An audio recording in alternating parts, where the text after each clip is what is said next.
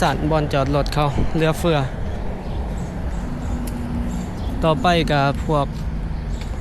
องค์กรที่ว่าบ่มีบอลจอดรถเขาจะทุกคนกับบรรยากาศยามเช้าๆวันอาทิตย์นี่วันที่7 เดือน 6ทุกคนตอนนี้เวลา5:35นี่แหละประมาณนี้ตอนนี้เราก็อยู่ที่ไฟแดงโพนไส้เนาะสี่แยกไฟแดงโพนไส้ทั้งหน้าเราก็มีเจือหน่อยครูบาเนาะเพิ่นออกบิณฑบาตทุกคน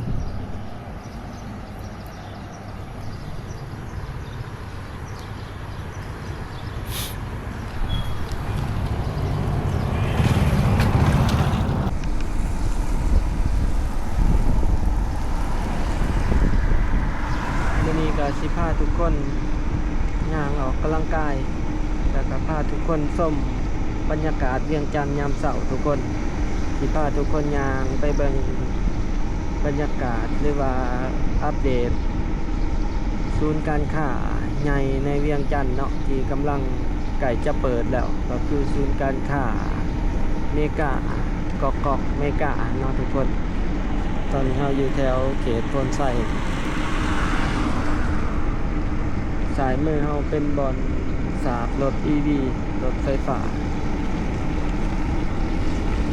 ตอนนี้เวียงจันทร์หรือว่าลาวเราก็กำลังสนับสนุนให้คนลาวหันมาใส่รถ EV เนาะซึ่งว่าก็มีสิทธิพิเศษเนาะหลายๆอย่างในการยกเว้นภาษีบอกหรือยัง 30%ที่เราเห็นในข่าว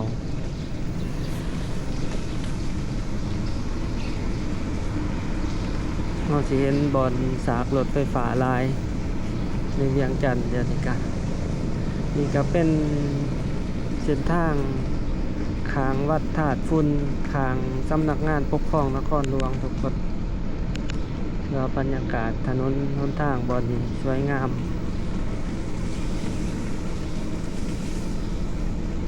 เขาก็สิมาจอดรถไว้อยู่ที่สวนประตูไส้เฟส 2แล้วก็สิพาทุกคนย่างไปเบิ่งพาทุกคนย่างไปเบิ่งห้างเมกะ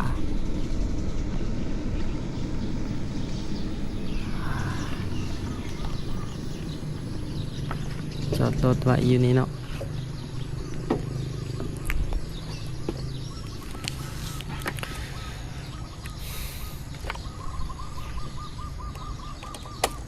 ทุกคน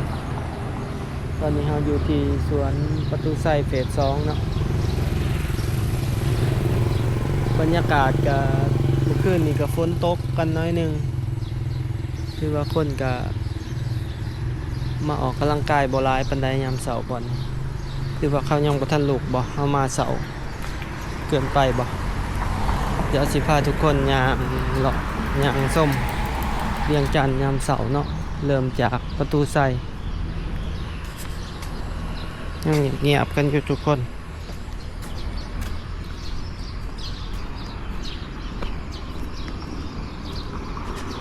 เนาะสำหรับผู้ใดที่ บ่เคยลุกแต่เช้าออกมาเบิ่ง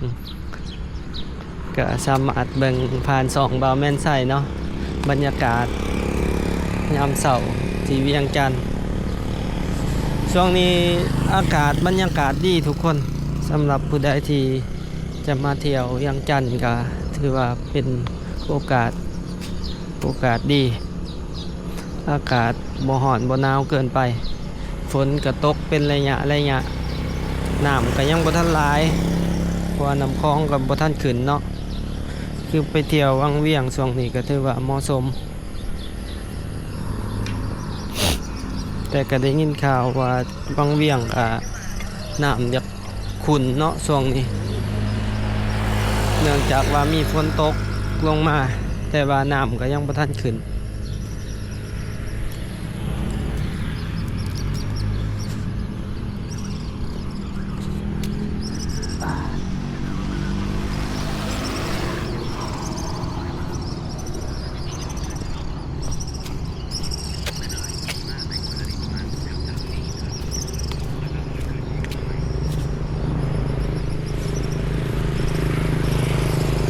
ก็มีหลากหลายห้านที่ว่ามาเปิดอยู่สวนประตูไส้ทุกคน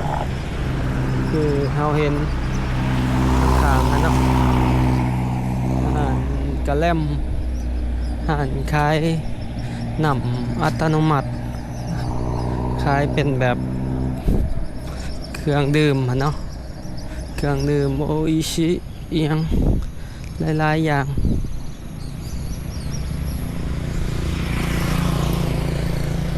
กับบริพาทุกคนย่างถ่ายคลิปอยู่ตามบนทางแบบนี้โดนละต้นเท่านึงบรรยากาศประตูไส้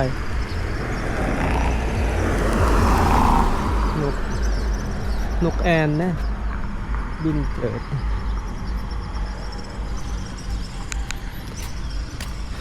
ตัวนี้ตู่บอลสอบถามข้อมูล BRT ยังบ่ทันเปิดซ้ำ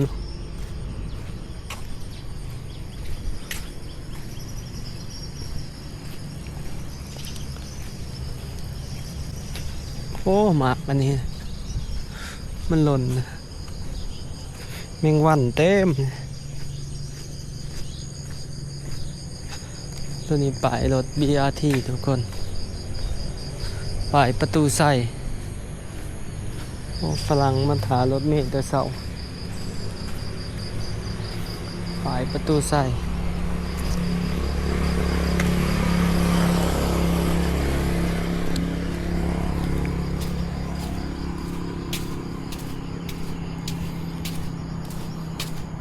Hello. Hello. Where are you going? Bus station. Bus station. Oh, bus station. Vang Vieng. Go to Vang Vieng. Vinch, Vietnam. Oh, Vietnam. Hanoi.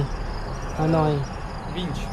Oh, Vinh. Vinh City. Yeah, yeah. Maybe Oh. you know about bus. What's the time? Oh, bus.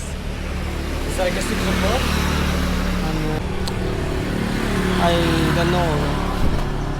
1, 7. 7? 7. Not 6? Yeah. 1, 7. I'm sure about that. You shopping mall. But in here 6 o'clock, no? Bus station shopping mall. นี่หรอกโอเค see you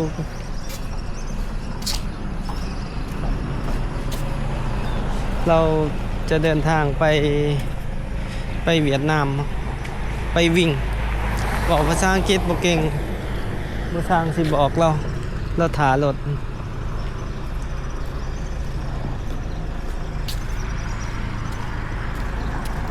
ถาอยู่นี่รถบ่ค่อยมีแล้วต้องไปถาอยู่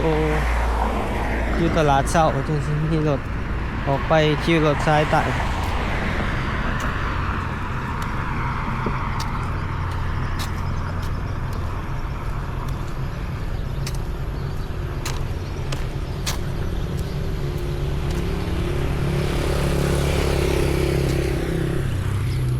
ลืมบอกเราให้เอิ้นแม็กซิมเนาะแล้วก็ไปขึ้นอยู่คิวรถซ้ายใต้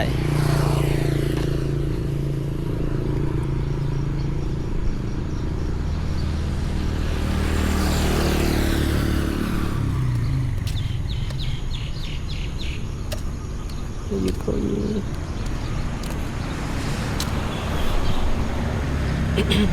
ขึ้นไปเทิงนี่ก็ถาดหลวงเลี้ยวซ้ายก็ออกไปพุ่นเส้นห้องสุภาพพุ่นล่ะแล้วก็เส้นสีบุญเทืองออกไปคำหง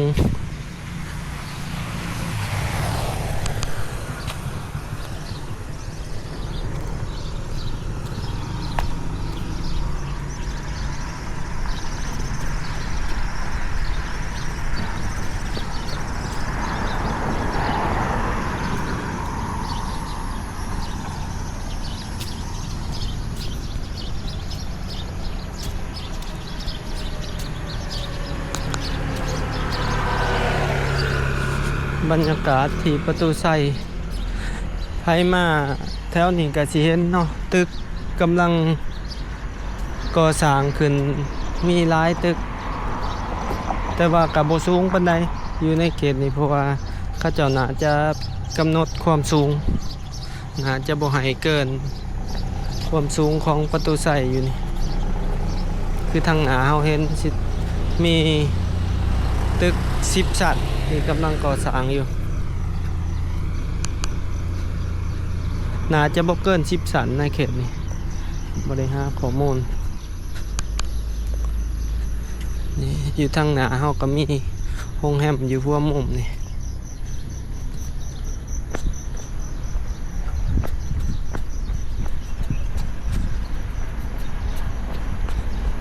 แต่ก็ค่อนข้างช้าเนาะโรงแรมตัวนี้สร้างวางเสาเข็มแต่ปีกาย ยังบ่ทันเฮ็ดตึกโผล่ขึ้นมา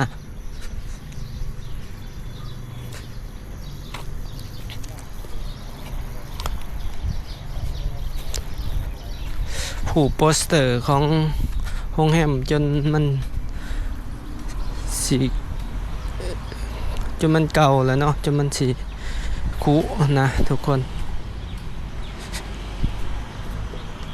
กว่าโรงแรมสิแล้วนะจะได้ติดใหม่อีกหอบหนึ่ง นี่เนาะทุกคนเฮามาเวียงจันทน์ช่วงนี้เฮาสิเห็นสิ่งที่แปลกหูแปลกตาขึ้นก็คือ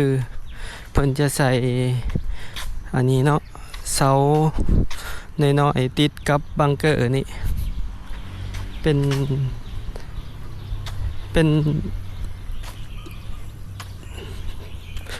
็นเครื่องไม้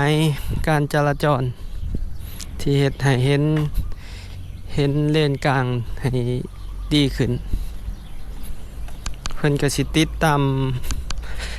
บล็อกตัวนี้เนาะบล็อกบังเกอร์ตัวนี้จนสุดสายของ BRT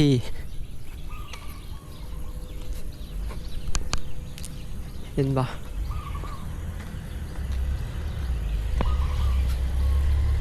เดี๋ยวเราสิย่างขึ้นไปแล้วก็อ้อม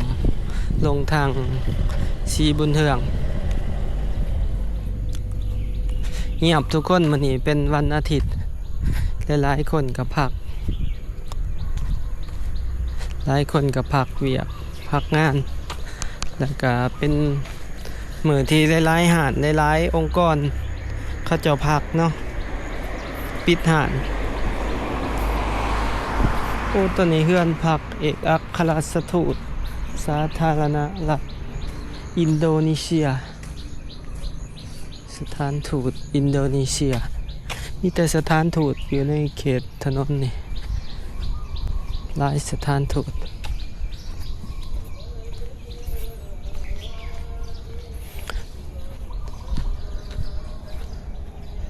ทางสายมือก็เป็นสถานทูตคือกันสถานทูตโอ้อินโดนีเซียคือตัวนี้ซ่องเบื้องแมนบัดเนาะแต่รถ BRT และอันยามเช้า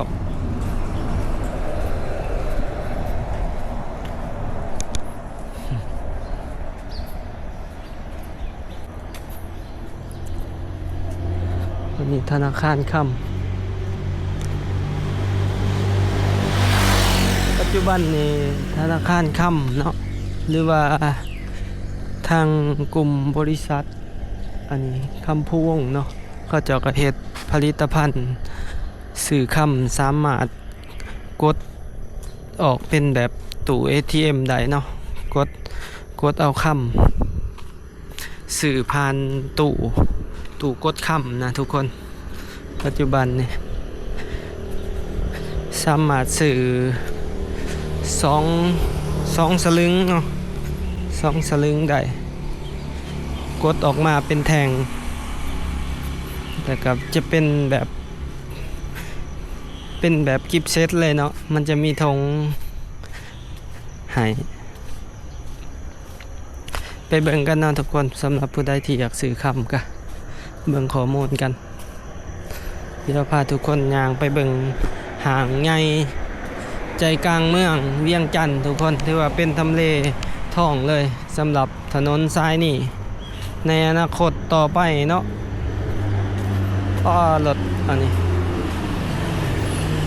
Lamborghini บ่ทางแลนไปผ่านเฮาอีกเป็นถนนที่ว่าทำเลค่อนข้างว่าจะเป็นทำเลท่อง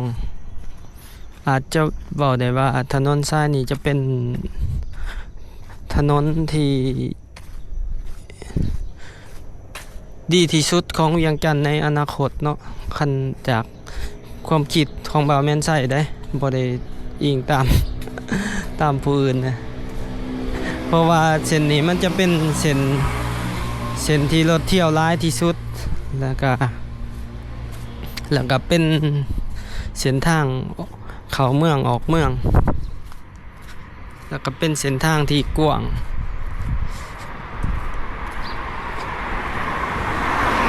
เป็นเส้น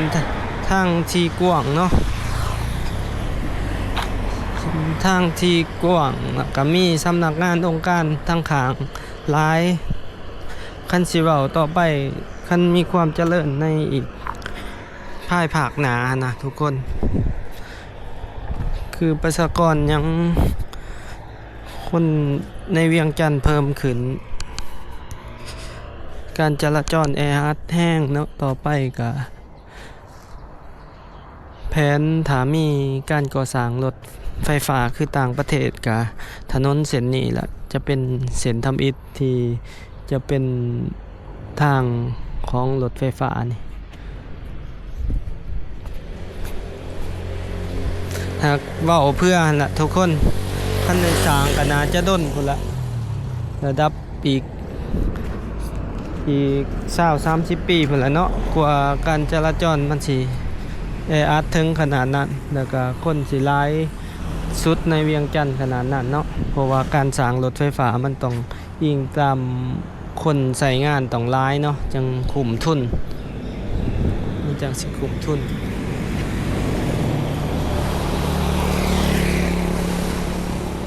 เดี๋ยวพาทุกคนย่างไปเบิ่งไกลๆแน่เนาะจักหน่อยฝุ่นทุกคนทั้งหลังก็เป็นบ่อนจอดรถเนาะ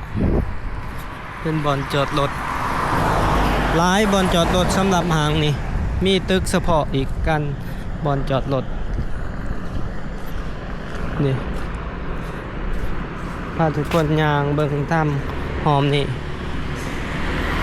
ตัวนี้ทั้งหัวมือนี่ก็เป็นธนาคารรวมธุรกิจการค้าทหารสาขาลาวหุ้นส่วนการค้าทหาร MB Bank นี่ทุกคนพาทุกคนเบิ่งมุมนี้เนาะกอกเมกาประตูไซหางนี้มันสิเป็นออกคล้ายๆหางทางในเขาจะตกแต่งสิคล้ายๆกับM Sophia เนาะ M Sophia ตัวอยู่กรุงเทพนะทุกคนคล้ายๆเขาจะตกแต่งข้างในแต่ตัวนี้ก็สิน้อยสั่นกว่าตัวนี้ประมาณอยู่7สั่น6-7สั่นมีแต่แบรนด์ดังๆเนาะที่เขามาในห้างนี้มีทั้งฮอตมีซิสเลอร์คอสเพลย์ครับบอนนี้ก็สิมีป้ายรถเมล์ BRT ต่อไปห้างแห่งนี้ก็น่าจะเป็นจุดที่พนักงานออฟฟิศต่างๆสิลงมากินข้าวอยู่ในเขตมากินข้าวเนาะ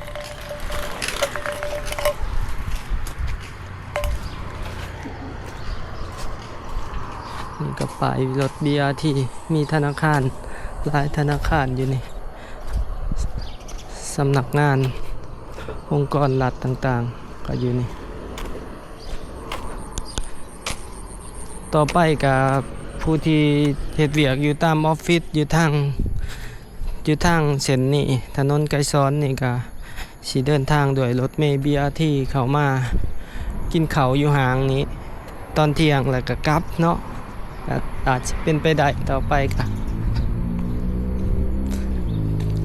ในเขตดงโดกหรือว่าลักหากอาจสิเข้ามานี่ยามสวงเที่ยงเดทั้งในก็เจะก็ตบแต่งเกือบแล้วละไก่ที่สิเปิดแล้วทุกคนแต่ว่ายังบ่ทันเห็นเขาเจะคอนเฟิร์มเวลาที่จะเปิดมื้อใดเนาะคือว่าใหญ่นะ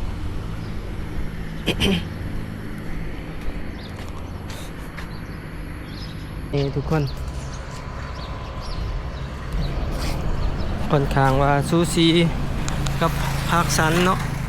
สำคัญเลยกับพักสันทุกคนห่างนี่แต่ว่าห่างนี่น่าจะทั้งในน่าจะครบกว่าเรื่องอาหารห่างนี้เขาจะเน้นเรื่องอาหารโซนอาหารทางด่านลุมเราสิเห็นว่าเป็นเคาน์เตอร์โต๊ะตังบนนั่งแบบกินอาหารคล้ายๆแบบอาหารเลย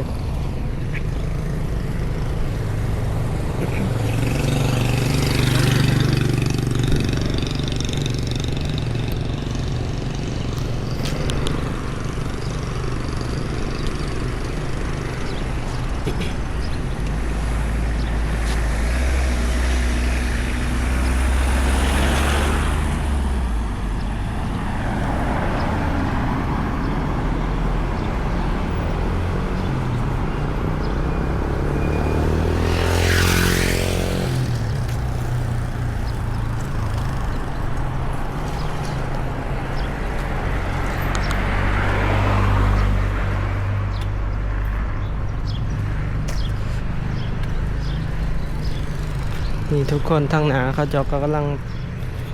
ติดตั้งใส่กะโหลกกะโหลเนาะ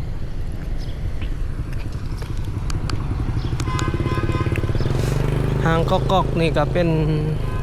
บริษัทกลุ่มทุนเกาหลีทุกคนในเครือของบริษัทก๊อกๆเนาะซึ่งว่าก๊อกๆก็มีธุรกิจหลากหลายอย่างในลาวถ้าจะเว้าแต่ก็ค่อนข้างว่าเป็น CP CP แห่งเมืองลาวเลยสำหรับก๊อกๆมีหลากหลายอย่างเดี๋ยวย่างไปเบิ่งมุมนั่นเนาะนี่ก็เป็นธนาคารอุตสาหกรรมการค้าจีน ICBC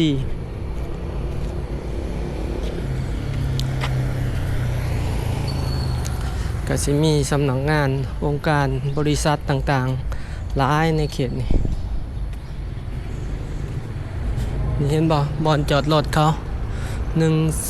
2 3 4 5 6 7สั่นบอนจอดรถเขาเหลือเฟือต่อไปกับพวก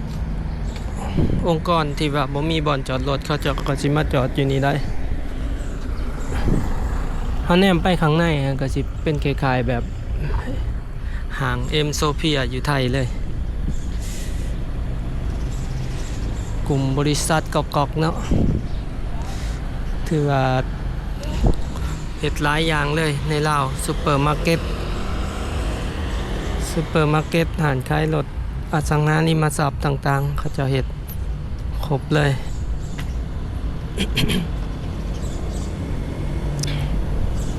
เป็นแบรนด์เกาหลีทุกคนแล้วก็อยู่ในห้างนี้ก็ส่วนใหญ่ก็สิเป็นแบรนด์เกาหลีที่ว่าเขาจะนำเข้ามาขาย ได้จากข่าวเนาะแต่ว่ายังบ่ทันเข้าไปส้มจับเถื่อมีโอกาสเนาะสิพาทุกคนเข้าไปส้มถ้าเขาจะเปิดกันเด้อทุกคนจะพาทุกคนเข้าไปเบิกไปส้ม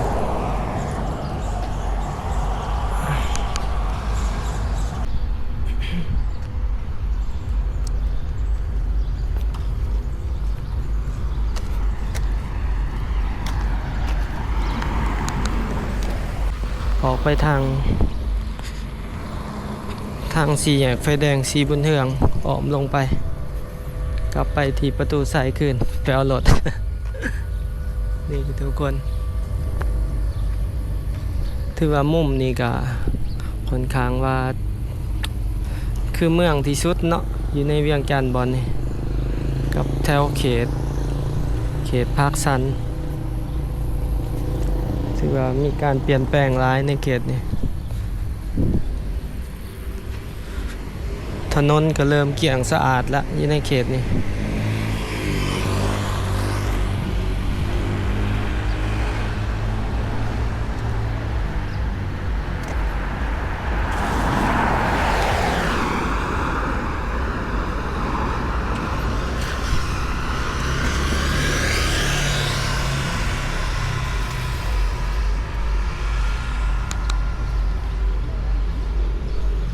โซนนี้ก็เป็นบอนจอดรถอีกเขาเจ้าเห็ดจักสิเป็นบอนจอดรถจักสิเห็ดเป็นหยังคนบอนถือว่าเป็นดินกว้างในบอนนี่ก็ระดับ 2-3 เฮกตาร์เลยเนาะโอ้คนจีนอย่างโอ้สิกลับไปทางเก่ากันทุกคนกลับไปทางเก่าเนาะจึงได้เห็นมุมอีกมุมของห่างได้ถ่ายรูป เดี๋ยวเห็นในหลายมุมทางนี้ก็สิเป็นหาดบันเทิงโอ้เปิดจำเสาเลย ยังได้ยินเสียงอยู่ธนาคารลาวจีนนิวทางขับ เป็นเทคจีนเนาะข้างซ้ายมือโอ้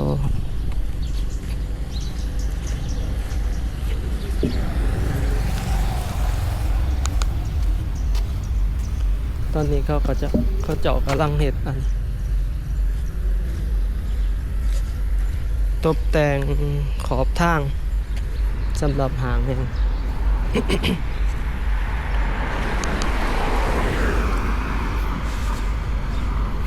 เอากระสีเดินทางกลับคืนทุกคนย่างกลับคืนแบบนี้นี่เนาะเขาเจ้ากำลังเห็ดล้านทางหนาขอบทางหนานี่ก็สิกว้างอยู่ประมาณ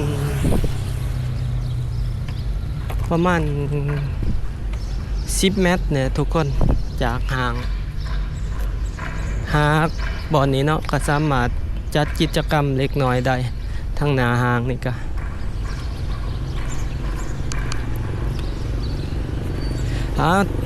ถ้าเบิ่งกันต่อไปทุกคนห่างแห่งนี่มือเปิดแล้วเบาแม่นใส่ถ้าเขาเปิดแล้วสิพาทุกคนเขาไปเลาะทางในเขาไปเบิ่งเนาะว่าทางในมีหยังแหน่มีแบรนด์หยังแหน่แต่ว่าจากที่เราเห็นนี่ก็มีซิสเลอร์เนาะแบรนด์ดังเติบแล้วก็เป็นแบรนด์เกาหลีหลายๆแบรนด์แนมเข้าไปเห็นแต่ว่าบ่ฮู้ว่าเป็นแบรนด์หยังกับประมาณนี้เด้อทุกคนสำหรับในคลิปนี้ถ้าผู้ใดมักก็อย่าลืม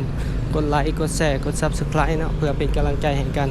แต่ตอนนี้บ่าวแม่นไซก็ต้องขอกล่าวความว่าขอบใจและก็สบายดี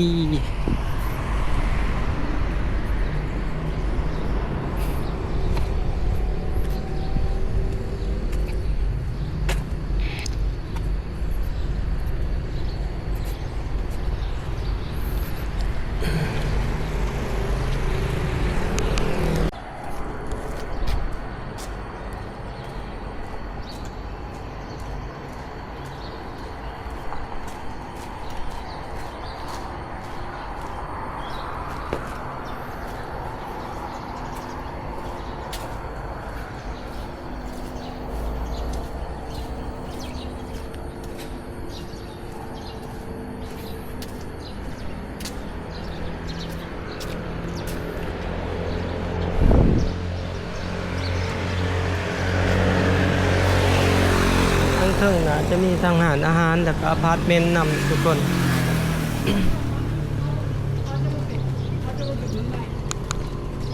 โอ้ตู่ตัวนี้สถานีตัวนี้